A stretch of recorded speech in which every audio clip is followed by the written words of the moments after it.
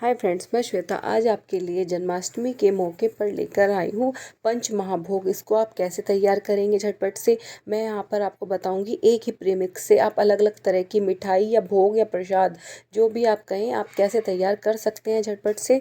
आप मेरी वीडियो को शुरू से आखिर तक बिना स्किप किए ज़रूर देखिए।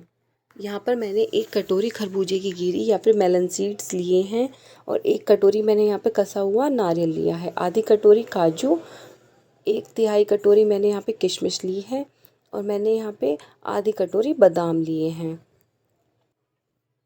एक तिहाई कटोरी मैंने यहाँ पे चिरौंजी और मैंने यहाँ पे 150 ग्राम मखाने लिए हैं।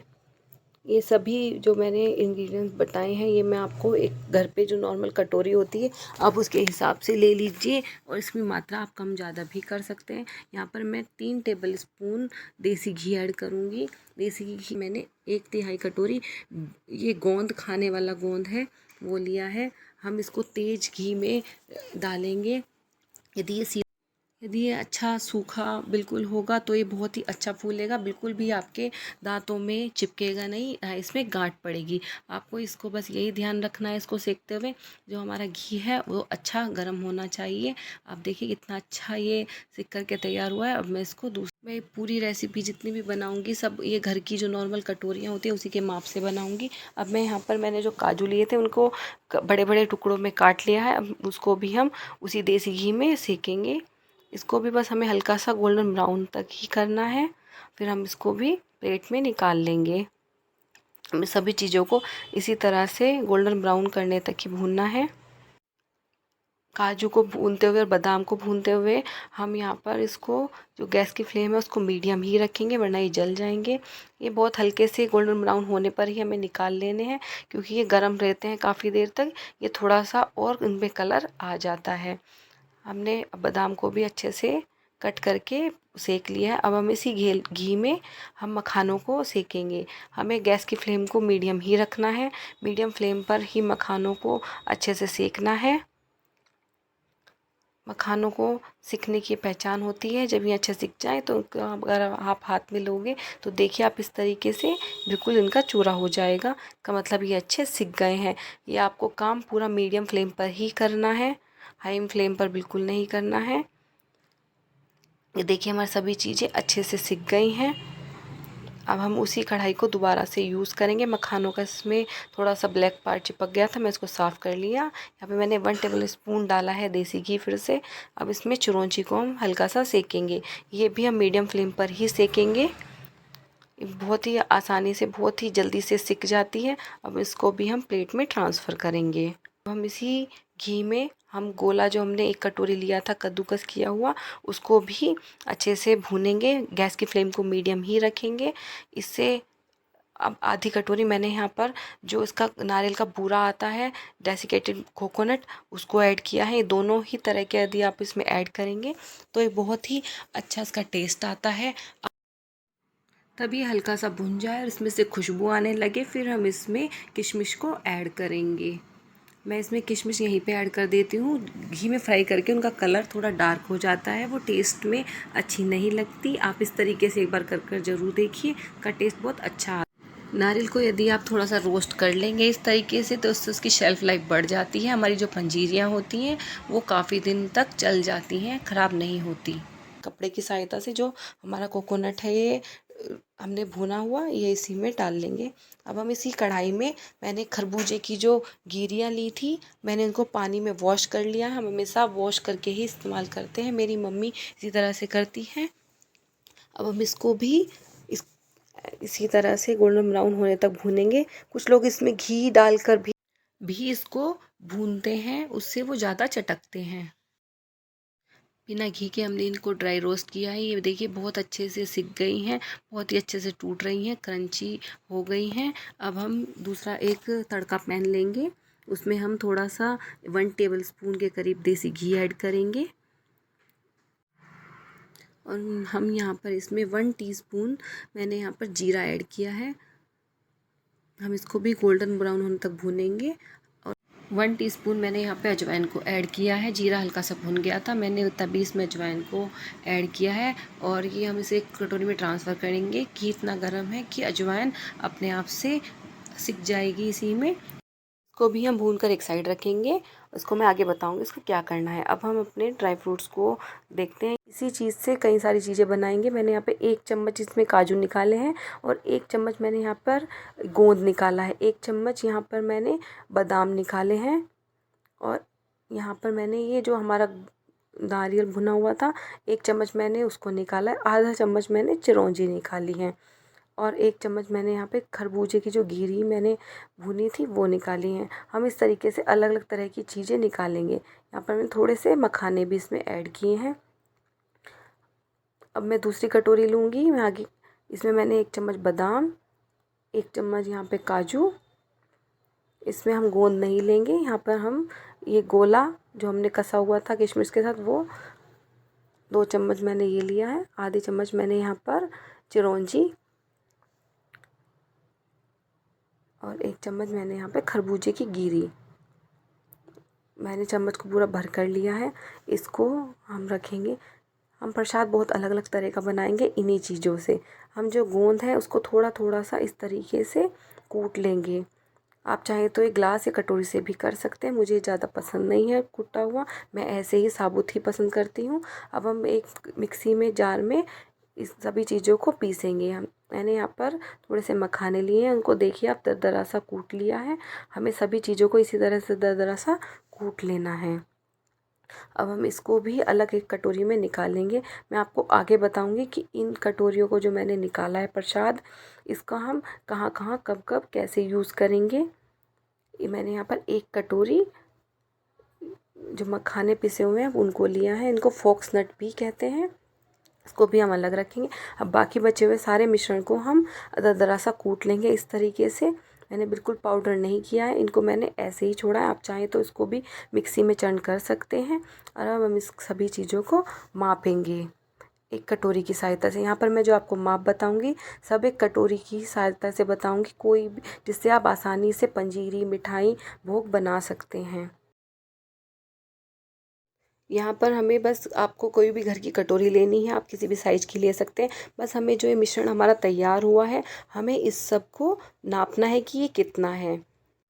यहाँ पर जो मेरा टोटल प्रीमिक्स बन करके तैयार हुआ है ये 4 कटोरी तैयार हुआ है। इसमें मैंने नारियल, अब हम इसमें हमने जो अजवाइन और जीरा भून करके रखा था हम उसको 1 चम्मच भर के इसमें ऐड करेंगे। इसका टेस्ट बहुत ही अच्छा आता है पंजीरी में। यदि आप चाहें तो इसको स्किप भी कर सकते हैं। थोड़ा सा मैंने बचा लिया है, मैं इसको आगे बताऊंगी इसको मैं कहाँ यूज़ करूँगी। आप चाहें तो इसमें हल्का सा सौंठ पाउडर भी डाल सकते हैं, उसका टेस्ट भी इसमें बहुत ही अच्छा आता है। हम इसको अच्छे से मिक्स करेंगे। अभी तक तो हमने जो चीज़ें निकाली थी वो साबुत निकाली थी। हम थोड़ा सा मिक्सचर जो हमने पिसा हुआ इसको निकालेंगे। इसको भी मैं बताऊंगी आगे कहाँ यूज़ करूँगी। आप मेरी वीडियो को शुरू से आखिर तक ज़रूर देखिए। अब हमारा जो बाकी बचा मिश्रण है इससे हम तैयार करेंगे मिठाई। यहाँ पर हमारा जितना मिश्रण है हमें उससे आधी चीनी लेनी है। वो मेरी 4 कटोरी मिश्रण था जो सामग्री थी, मैंने यहाँ पर 2 कटोरी यहाँ पर मैं चीनी को ऐड करूँगी। इससे हमारी जो चाशनी बन करके, अब मैं दोबारा से उसी कढ़ाई का यूज़ करूँगी जिसका मैं अभी तक कर रही थी। यहाँ पर मैं चीनी को ऐड करूँगी। यहाँ पर मैंने जो चीनी ली है वो 2 कटोरी ली है, मैं आपको दोबारा से बता रही हूँ। अब उसी कटोरी के माप से यहाँ पर मैं 1 कटोरी यहाँ पर पानी को ऐड करूँगी। यहाँ पर हम फटाफट से चाशनी बनाएंगे, 1 तार की चाशनी बनाएंगे और इसलिए मैंने यहाँ पर गैस की फ्लेम को हाई किया है। आप भी यदि करेंगे तो फटाफट से बन जाएगी। हमें देखिए 1 तार की हमारी चाशनी बन करके बिल्कुल तैयार है। अब हम इसमें जो हमने सामग्री हमारी तैयार थी जिसको हम प्रीमिक्स, उसको सारे को हम इसमें ऐड करेंगे। 1 तार की चाशनी के बाद ये सब काम आपको बहुत ही फटाफट से करना है। इसको जल्दी से आपको गैस की फ्लेम को मीडियम करना है या फिर आप बंद भी कर सकते हैं गैस को। अब इसको मैंने पहले से जो देसी घी से थाली को ग्रीस कर लिया था। अब सारे मिश्रण को हम फटाफट से इसमें ऐड करेंगे। ये सब काम जो आपको 1 तार की चाशनी के बाद जो करने हैं वो बहुत ही जल्दी से करने हैं, वरना ये हमारी कढ़ाई में ही जो हमारी मेवा पाक है या पंजीरी है ये जमनी शुरू हो जाएगी। हमें इसको फटाफट से फैला लेना है इस तरीके से जिससे कि एक समान हो जाए। यहाँ पर मैंने घी से लगी हुई चम्मच से भी इसको हल्का हल्का सा दबा दिया है। ये देखिए कितनी बढ़िया हमारी मेवा पाक या फिर मेवा पंजीरी बन करके तैयार है। आपके यहाँ इसको क्या कहते हैं मुझे कमेंट करके ज़रूर बताइए। इसकी यहाँ पर मैं आपको एक बात बताती हूँ, थोड़ी सी ठंडे होने के बाद हमें इसमें चाकू से कट लगा लेने हैं। पहले ही इसको प्रॉपर तरीके से ठंडा नहीं करना है, इससे जो ये कट हैं इसमें बहुत ही अच्छे से लग जाएंगे गरम गरम में, वरना इसको काटना थोड़ा सा हल्का सा मुश्किल हो जाता है ठंडा होने के बाद।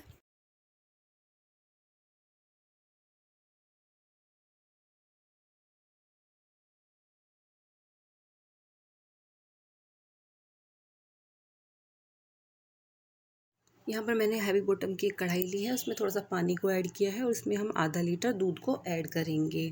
ये दूध मेरा पहले से ही बॉईल करा हुआ है और इसमें हम जो हमने मखाने एक कटोरी अलग से निकाल कर रखे थे क्रश करे हुए, हम उसको ऐड करेंगे। और जो हमने ये मिक्सचर बिना गोंद वाला, जिसमें हमने गोंद नहीं डाला था, उसको ऐड करेंगे। यहाँ पर आपको अंदाज़ा लग गया होगा कि हम क्या बना रहे हैं। यहाँ पर हम बना रहे हैं मखाने की खीर।